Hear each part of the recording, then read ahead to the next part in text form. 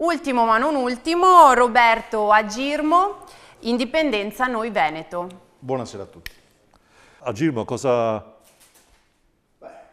Ci vestiamo alla bisogna. Che succede? Ci vestiamo alla bisogna.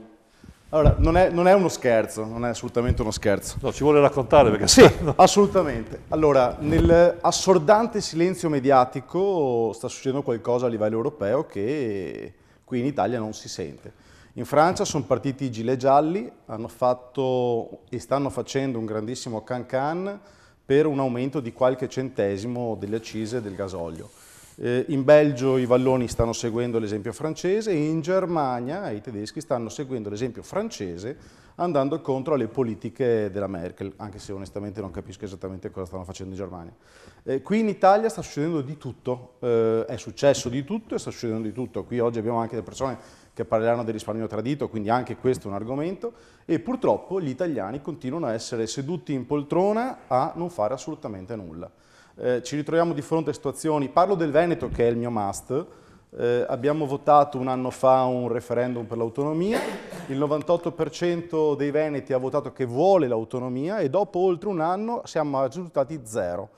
L'altro ieri il Premier Conte ha preso tempo e non ha dato date di nessun tipo per parlare dell'autonomia e ieri il ministro del Sud, la Barbara Lezzi del Movimento 5 Stelle, ha dichiarato palesemente che per quanto riguarda tutto quello che è previsto nel contratto di governo che hanno scritto a tavolino senza nessun tipo di input a livello della democrazia, a quanto mi riguarda, hanno deciso che per l'autonomia non si dovranno calcolare nessun tipo di surplus neanche in funzione a quelli che erano i budget previsti, le logiche previste nel referendum stesso. Quando Zaia diceva pancia a terra, andiamo tutti quanti a votare perché è giusto votare l'autonomia e il Veneto sarà come Trento e Bolzano, avremo i 9 decimi di residuo fiscale, ad oggi siamo a zero. Un ministro dice che avremo zero e un Presidente del Consiglio dice che intanto non se ne deve parlare.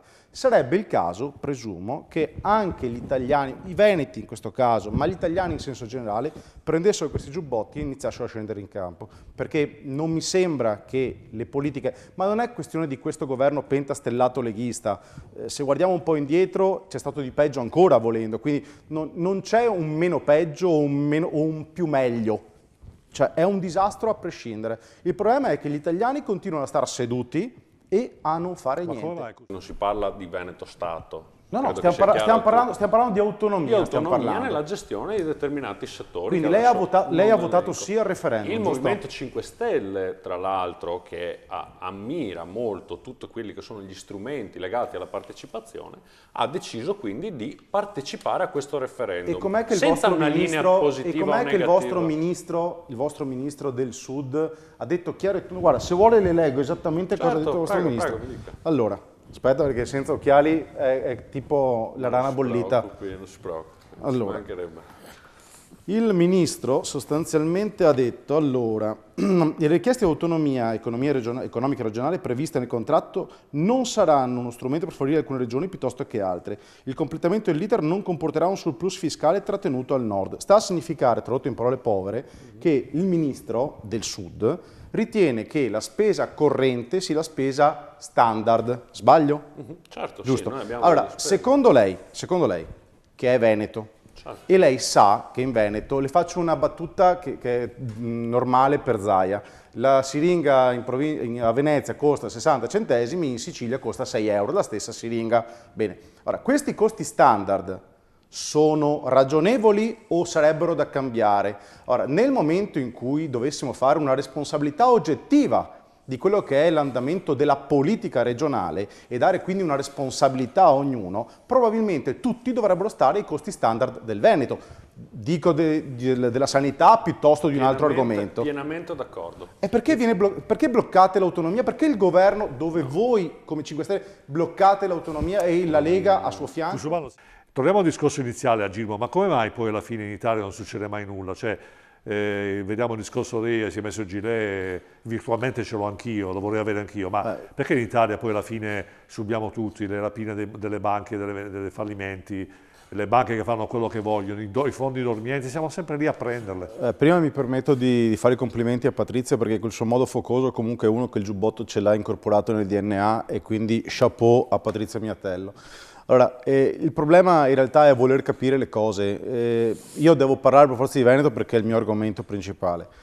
Noi ci ritroviamo in una situazione che è paradossale. Abbiamo avuto, come dicevo un anno fa, un referendum dove dice bene l'esponente dei 5 Stelle che il Movimento 5 Stelle lo ha appoggiato, un po' a macchia di leopardo, perché ad esempio in provincia di Rovigo il Movimento 5 Stelle era contrario al referendum. In molte zone dell'Italia, quando si parlava di referendum per l'autonomia di Veneto e Lombardia, i 5 Stelle, così come il PD anche in Veneto, tiravano sulle orecchie e erano contrarissimi. Quindi partiamo dal presupposto che noi ci troviamo di fronte a due politiche che sono completamente divergenti a livello nazionale, ma anche all'interno degli stessi movimenti. Ci ritroviamo che il 5 Stelle ha una dicotomia intrinseca a se stesso quando parla di certi argomenti. Da una parte io trovo esponenti dei 5 Stelle locali del Veneto che sono assolutamente in linea con anche quelli che sono i nostri principi, così come trovo raramente qualcuno del PD che è d'accordo con il movimento autonomista, e poi mi ritrovo di fronte, ad esempio, per assurdo, a una Lega che nel suo interno ha la Liga Veneta che sbandiera quotidianamente dobbiamo fare l'autonomia, facciamo. Poi in realtà a livello pratico, se Salvini volesse mantenere veramente le promesse che ha fatto anche in campagna elettorale appoggiando anche il referendum, che ricordo è l'ultima prova di vera democrazia che c'è stata in Italia, perché le elezioni sono un più o meno democrazia e io spero che su questo mi dia ragione il Movimento 5 Stelle, quando loro dicono come principio assodato che la democrazia è il potere al popolo. Oggi abbiamo un governo che non è esattamente una dimostrazione di democrazia al 100% perché è una costruzione a tavolino. Il problema a monte, qui in Veneto, così come in realtà lo è anche in Lombardia e in Emilia-Romagna, ma parliamo del Veneto, è che ci troviamo di fronte ad una politica regionale che vorrebbe ma non può, perché altrimenti dà fastidio al capo di Roma, perché non è più di Milano, è di Roma. Allora, due sono le cose: o la Liga Veneta, il buon Tony Darè e il buon Zaia decidono di alzare, permettetemi il termine che non è bellissimo, il culo dalla sedia e incazzarsi anche contro il proprio padrone, perché di questo stiamo parlando in questo momento, oppure la Lega sta facendo una figura da chiodi che metà basta. Cioè, la Lega in Veneto sta disconoscendo ciò che ha portato avanti.